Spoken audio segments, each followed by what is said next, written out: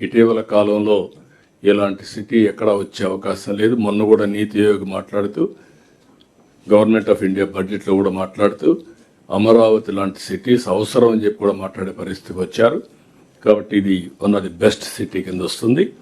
అదే మరిగా Visakhapatnam steel plant government of India ఒప్పుకొని 12,000 కోట్ల రూపాయలు ఇవ్వడం, అదే సమయంలో I'm very happy and proud, first time మొన్నే 54 కోట్ల రూపాయలు క్యాష్ ప్రాఫిట్ కూడా వచ్చింది. ఇది విశాఖపట్నం స్టీల్ ప్లాంట్లో. అంటే కంటిన్యూగా మనం పనిచేస్తే ఎలాంటి రిజల్ట్స్ వస్తాయో ఇదొక ఎగ్జాంపుల్. రేపు రాబోయే రోజుల్లో నష్టాల నుంచి లాభాలు, సస్టైనబిలిటీ కాదు ప్రాఫిటబిలిటీ వరకు తీసుకుపోయే పరిస్థితి వస్తుంది. ఇలాంటివన్నీ మనం ఒక్కసారి రివ్యూ చేసుకోవడానికి, చేసిన పనులకు మిమ్మల్ని అందరినీ అభినందిస్తున్నా. ఒకరు పనిచేసేది కాదు, it is a team work.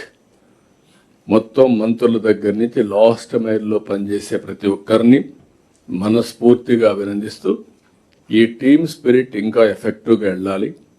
ఎక్కడికక్కడ అవసరమైతే కెపాసిటీ బిల్డింగ్ చేసుకోవాల్సిన అవసరం ఉంది. టెక్నాలజీని ఇంటిగ్రేట్ చేసుకోవాలి. నేను అందుకే చాలా సందర్భాల్లో చెప్పాను, మీరు రాత్రింబగళ్ళు పనిచేయడం కాదు, పని చేసినంత సమయం మనసు పెట్టి చేయండి, ఆటోమేటిక్ రిజల్ట్స్ వస్తాయని. కాబట్టి బెస్ట్ నాలెడ్జ్ ప్రపంచంలో ఎక్కడా తీసుకొస్తాం, బెస్ట్ ప్రాక్టీసెస్ తీసుకొస్తాం, టెక్నాలజీ ఉపయోగిస్తాం. దీన్ని సమాజంలో మంచి జరిగే విధంగా, నిరంతరం ఎంపవర్ చేసే విధంగా, మెరుగైన జీవన ప్రమాణాలు ఇచ్చే విధంగా మనం ముందుకు పోవాల్సిన అవసరం ఉంది. ఈ మీటింగ్లోనే నేను ఇంత ముందు చెప్పాను, is of doing business. Now మన గేర్ చేంజ్ చేసి స్పీడ్ ఆఫ్ డూయింగ్ బిజినెస్.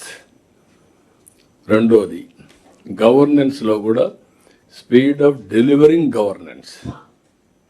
ఏదో వాడు చనిపోయిన తర్వాత వాడికి పట్టా ఇవ్వడమో, లేకుంటే సఫర్ అయి మొత్తం నాశనం అయిపోయిన తర్వాత వాళ్ళని ఆదుకోవడం కాదు, రియల్ టైంలో ఇవన్నీ జరగాల్సిన అవసరం ఉంది. అందుకే ఈ సభలో కూడా, ఈ సమావేశంలోని, అసెంబ్లీలోనే ఏవైతే అవుట్డేటెడ్ చట్టాలు అయితే ఏవైతే ఉన్నాయో, అన్నెసరీ చట్టాలు చాలా ఉన్నాయి. I'm requesting all officers here, all ministers, keep it in mind.